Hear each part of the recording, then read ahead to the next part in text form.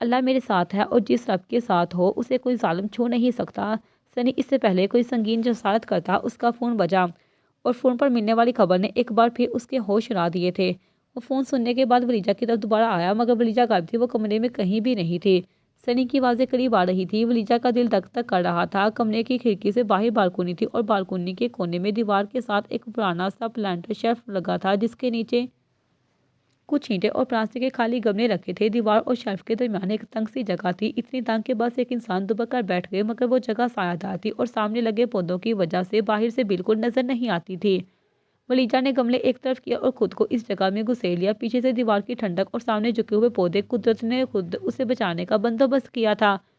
وہ اپنے بایا کو سنبھالتی ہوئی سانس روک کے بیٹھی رہی۔ سنی کمرے میں داخل ہوا، بالکونی تک آیا، کچھ دیر چاروں طرف دیکھا، پھر طنزیہ ہنسا۔ تم کہیں بھی چھپ جاؤ ولیجہ، میں ڈھونڈ نکالوں گا۔ ولیجہ مسلسل آیت الکرسی پڑھ رہی تھی، اس نے جھاڑیوں کے پیچھے نہیں دیکھا۔ وہ اسے پاگلوں کی طرح ڈھونڈ رہا تھا، اسے جہاں سے ابھی اسی وقت ولیجہ کو لے کر نکلنا تھا، ماس کسی بھی وقت وہاں پہنچنے والا تھا۔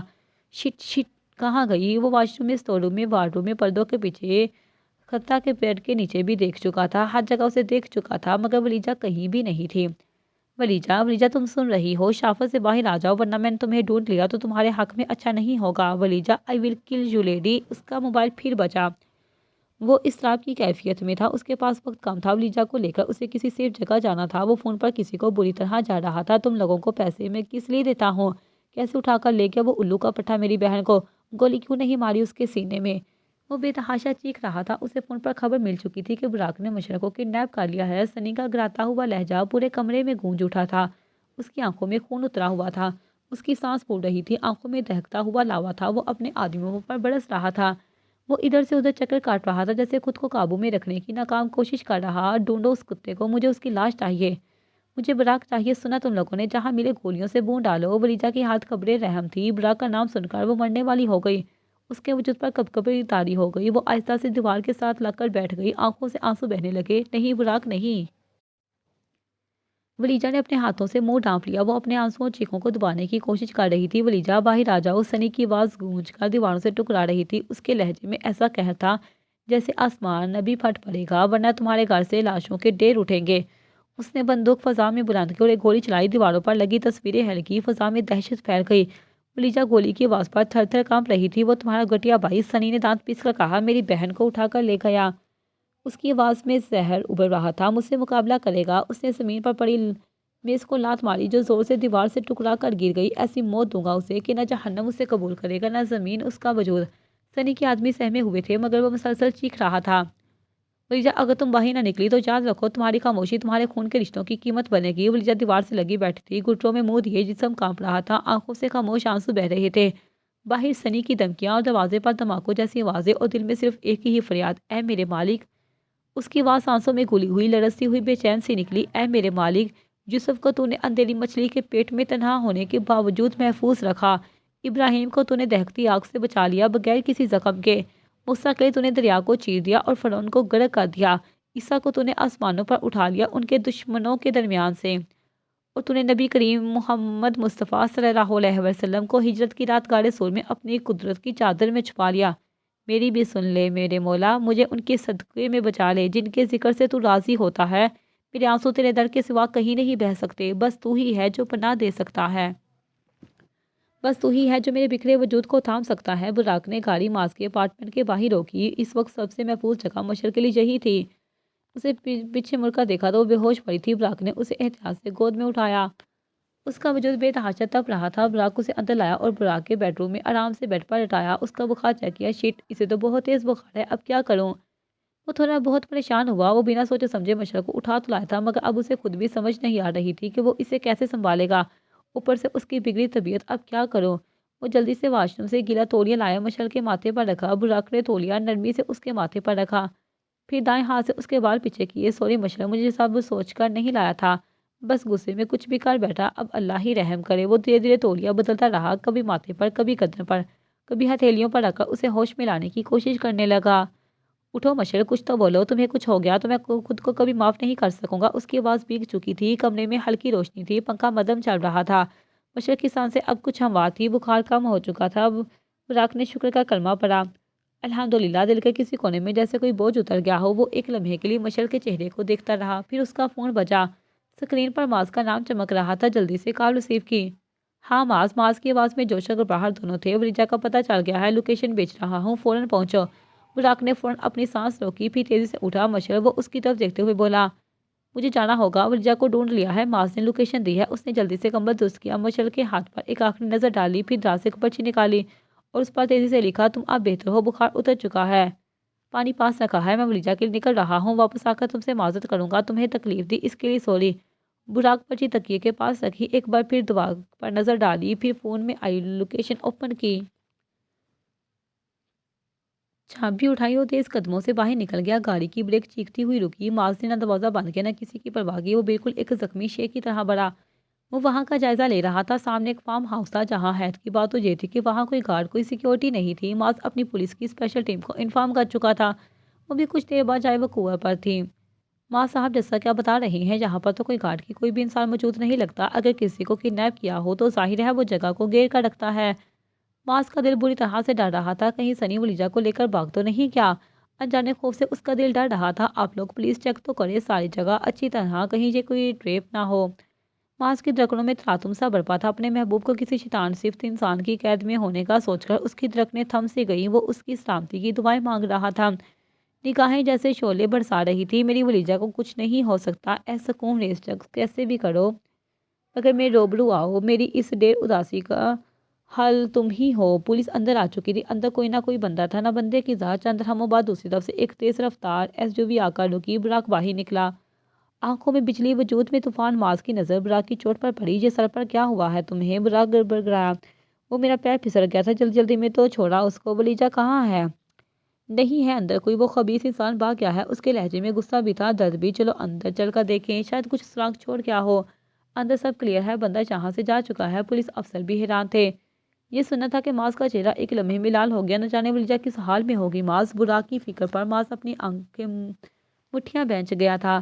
یہی بات تو اس کی بھی روح کو فنا کر رہی تھی۔ وہ دونوں کمرے میں ادھر سے ادھر چیک کر رہے تھے، شاید کوئی سراغ مل جائے، مگر وہ دونوں کو مایوسی کے علاوہ کچھ نہیں ملا۔ اچانک کھڑکی کے پار سے کسی کی مدھم سی ناتواں آواز سنائی دی، میں جہاں ہوں۔ آواز کھڑکی کے پیچھے سے آئی تھی، جہاں جھاڑیوں کا جھنڈ تھا، پودے اگے ہوئے تھے اور بظاہر وہاں کچھ بھی نہیں لگتا تھا۔ ولیجا، براق تیزی سے کھڑکی کی طرف لپکا۔ اس نے پودوں کو پیچھے کیا، زمین پر بیٹھتے کامتی ہوئی آنکھوں میں درد، چہرے پر خاک، مگر زندہ تھی۔ ولیجا زندہ تھی۔ معاذ، ادھر آؤ، وہ جہاں ہے، ولیجا جہاں ہے۔ ولیجا نے بمشکل اپنا ہاتھ آگے بڑھایا۔ براق نے سہارا دیا، وہ اپنی ٹانگ نہیں اٹھا پا رہی تھی۔ اس کی ٹانگ پر شاید چوٹ آئی تھی۔ مجھے درد ہو رہا ہے، ٹانگ، میری ٹانگ۔ معاذ سے برداشت نہ ہوا تو پہلے اس کے پردے کے خیال سے دور ہٹا، مگر اس کی پکار پر وہ دوبارہ بے اختیار نہ ہوا۔ براق تیزی سے ہاتھ بڑھا کر اسے کھینچنے لگا، مگر جیسے ہی اس نے تھوڑا سا کھینچا، ولیجا کے منہ سے ایک دل دہلا دینے والی کراہ نکلی، رک جا براق، دیکھ نہیں رہا تو تکلیف میں ہے؟ وہ تیش کے عالم میں چیخا۔ وہ اسے پیچھے گھسیٹ کر خود جھروکے سے اندر کودا۔ زمین پر جھکتے ہی اس نے ولیجا کو نرمی سے باہوں میں بڑھا۔ ولیجا نے آنکھیں بند کر لی۔ اس کی سانس تیز تھی، مگر معاذ کے آغوش میں اسے کچھ سکون ملا تھا۔ معاذ نے پوری قوت کے جھروکے کو پھلانگا اور ولیجا کو اوپر لے آیا۔ اس کی بازو پہ چوٹ لگی تھی، اس کے بائیں کا ایک بازو پھٹ گیا تھا، جہاں سے خون رس رس کے جم گیا تھا۔ معاذ نے بہت نرمی سے ولیجا کو نیچے اتارا اور اپنا کوٹ اتار کر اس کی بازو پر ڈالا۔ ولیجا کی سانس پر معاذ کے اندر ایک جلاوا دہک رہا تھا۔ سنی اس کے سامنے ہوتا تو شاید وہ اسے زمین میں زندہ گاڑ دیتا، جبکہ ولیجا برف کا مجسمہ بنے کھڑی تھی، نگاہوں میں خوف لیے۔ اس نے قدم پیچھے لینے چاہے تھے، جب حواس باختگی کے باعث پیر کسی چیز میں اٹکتا اسے لڑکھڑانے پر مجبور کر گیا۔ مقابل نے سرعت سے اسے تھام کر گرنے سے بچایا تھا۔ ولیجا نے ہراساں نگاہوں سے اس کی جانب دیکھا، جس کی آنکھوں کی وہ سرد مہری پل میں غائب ہوتی، وہاں پھر سے وہی نرم جذبات بکھیر گئی تھی۔ تم ٹھیک ہو؟ کہیں لگی تو نہیں؟ وہ جس انداز میں پوچھ رہا تھا، ولیجا کا دل شدت سے چاہا کہ کاش وہ اس کا محرم ہوتا اور وہ اس کی باہوں میں سماتی، چیخ چیخ کر اپنے سارے خوف اور ڈر کو مٹا دیتی۔ وہ ضبط کرتی کھڑی رہی، خون جیسے اس کی شانوں میں مجمد ہو گیا تھا۔ میں پھر سے پوچھ رہا ہوں ولیجا، مجھے بتاؤ، کہیں زیادہ چوٹ آئی ہے؟ اس کے چہرے کو گہری نگاہوں کی زد میں لیے وہ گمبھیر لہجے میں پوچھ رہا تھا۔ ولیجا کو اسی لمحے احساس ہوا تھا کہ اس کا دل کس تیزی سے دھڑک رہا تھا، اور یقیناً دھڑکن مقابل کی سماعتوں تک رسائی حاصل کر چکی تھی۔ اپنے دل کی غیر ہوتی حالت پر وہ تیزی سے نظر جھکاتی خود کو سنبھالنے کی کوشش میں ہلکان ہونے لگی۔ اپنے قریب آ کر اس کی آنکھوں میں کوئی انجانا سا ڈر ہلکولے لینے لگا، لیکن اس کے باوجود اس کی پناہوں میں خود کو تحفظ کا احساس میسر تھا۔ مقابل نے پھر سے لب کشائی کی تھی۔ ولیجہ نے جھٹکے سے سر اٹھا کر اسے دیکھا۔ وہ جو کچھ پوچھتا اس سے پہلے بول پڑی، میرا پیر زخمی ہے۔ وہ خوفزدہ ضرور ہوئی تھی لیکن اسے دیکھا، لیکن کبھی اسے عزت کا خطرہ محسوس نہیں ہوا تھا، بلکہ کوئی دل فریب سا احساس اسے اپنے حصار میں لے چکا تھا، یوں جیسے کسی محفوظ چار دیواری نے اسے گھیر لیا ہو۔ نہ جانے کیوں اس لمحے ولیجہ کو سامنے کھڑے شخص سے بے تحاشا خوف محسوس ہوا تھا۔ وہ فوراً ایک دم پیچھے ہٹتی اس سے دور ہوئی مگر لڑکھڑا گئی۔ پیچھے کھڑے براکر نے بڑک رفتاری سے اسے تھام لیا۔ خیال سے بچی، اپنا ہاتھ دو مجھے۔ وہ اسے سہارا دے کر صوفے تک لایا۔ معاذ باہر کی طرف دوڑا تھا، پولیس کو انفارم کرتا۔ وہ گاڑی سے پانی کی بوتل نکال لایا تھا۔ وہ اندر آیا تو پولیس اپنا کام کرتی اپنی تفتیش کر رہی تھی، جس پر ولیجہ بری طرح گھبرا رہی تھی، اور براک اسے حوصلہ دے رہا تھا، بچے ڈرو مت، بتاؤ ہم تمہارے ساتھ ہیں۔ معاذ پانی لے کر آگے بڑھا۔ بس کریں آپ لوگ، نظر نہیں آ رہا وہ کس حالت میں ہے؟ جو سوال بعد میں بھی پوچھ سکتے ہیں، اس کا خوف کم ہونے دیں۔